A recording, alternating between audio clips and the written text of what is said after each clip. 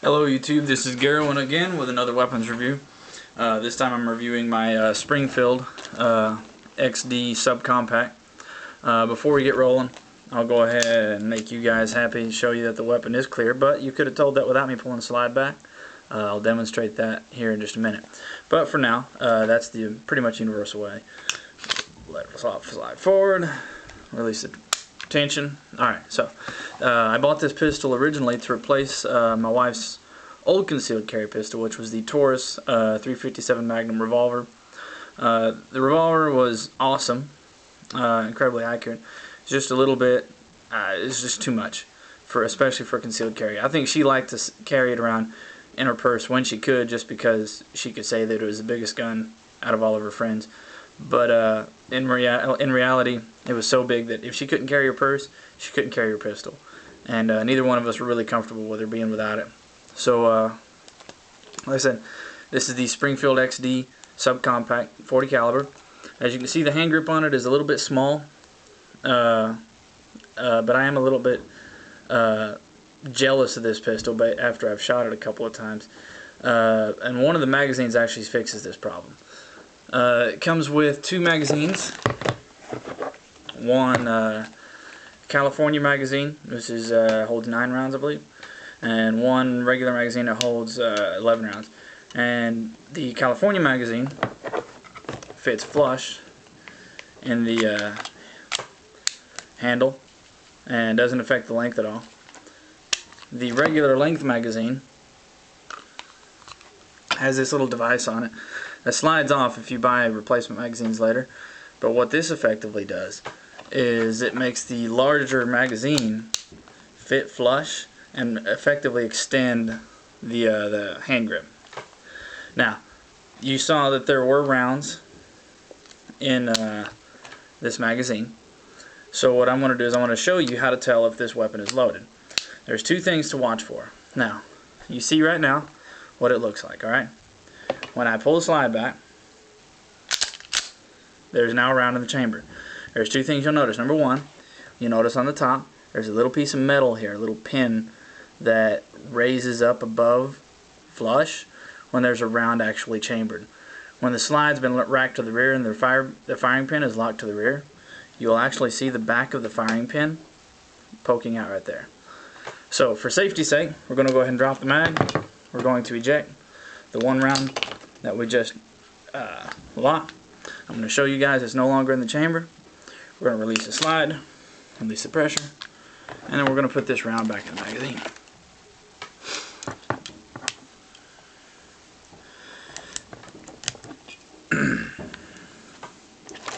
It also has Springfield's little back strap here, so the weapon will not fire unless you have it fully engaged into your hand. It also has the multi-stage trigger here. To disassemble the weapon, I mean, it's a little different, but it's pretty straightforward. You lock the slide to the rear. You press up on this little lever here. You release the slide slowly to the front. Once the slide's all the way forward, pull the trigger,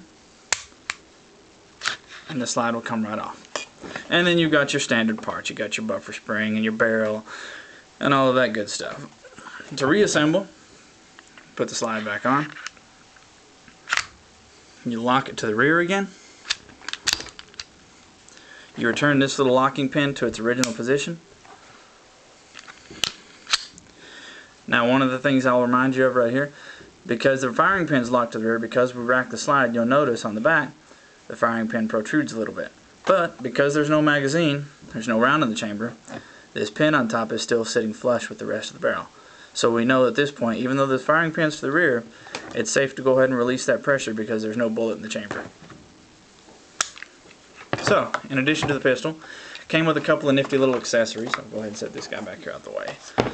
You have the one spent round, so that in the event that you decide it's okay to blow somebody away for no reason and get away with it, this is what the police will use to match it against ammo found at any crime scenes. You got your little 10-cent chamber block. You have a cable lock that you can put through the action of the weapon in the event that you need to transport it somewhere. complete with a barrel cleaning brush, a little Allen wrench to do some minor work on it. Came with a magazine holder with belt loops on the back. So if you're going to the range and you're going to be shooting a lot and you need some place other than your pocket to put magazines, or if you just wear long shirts and you want to keep a magazine out of your pistol, because I know in Washington State it's open carry, but you can't have your pistol loaded if it's openly visible. So this would be handy for that. You just put your magazine in here, and that way you've got your pistol on you, you've got ammunition for your pistol, but you don't have the two combined should you get questioned by police. So basically, just slides right down in here. Now, all of these additional accessories that it came with the exception of this little guy, you'll notice it's made of plastic, but they have Picatinny rails on here. So if you've got a flashlight attached to the front, and your flashlight won't fit on it when it goes through the holster, then you can just unclip the flashlight and clip it to the side of one of your other accessories here. It also came with a standard little holster here, made of the same type of plastic. Also has Picatinny rails here. And let me see if I can get this guy in here right. Yeah. There we go. It's a little stiff, but as you can see, I'm just holding it by the belt loop here. The pistol doesn't come out easily unless you intentionally want to remove it from the holster.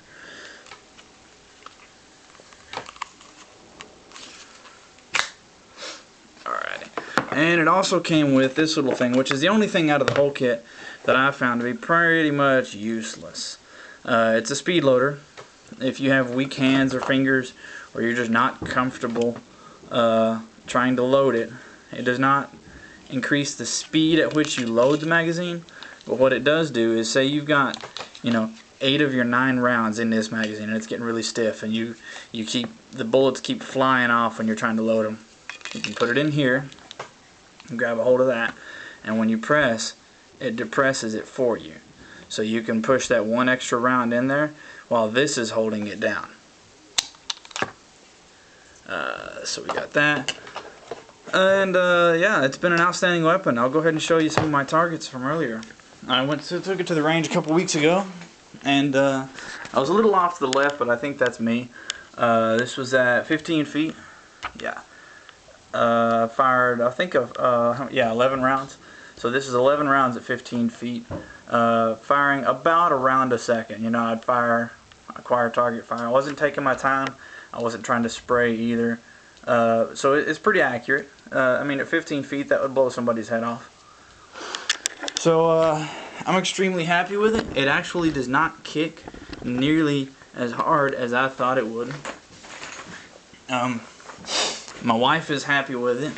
It took a little getting used to for her because 40 does have that kind of upward snap compared to other rounds. But all around, I'm extremely happy with the purchase. Outstanding pistol, and I would recommend this to anybody that's looking for a slightly smaller than full-size handgun to carry concealed. So yeah, this is Gary. Leave your questions, comments, suggestions below, and I'll address them as necessary.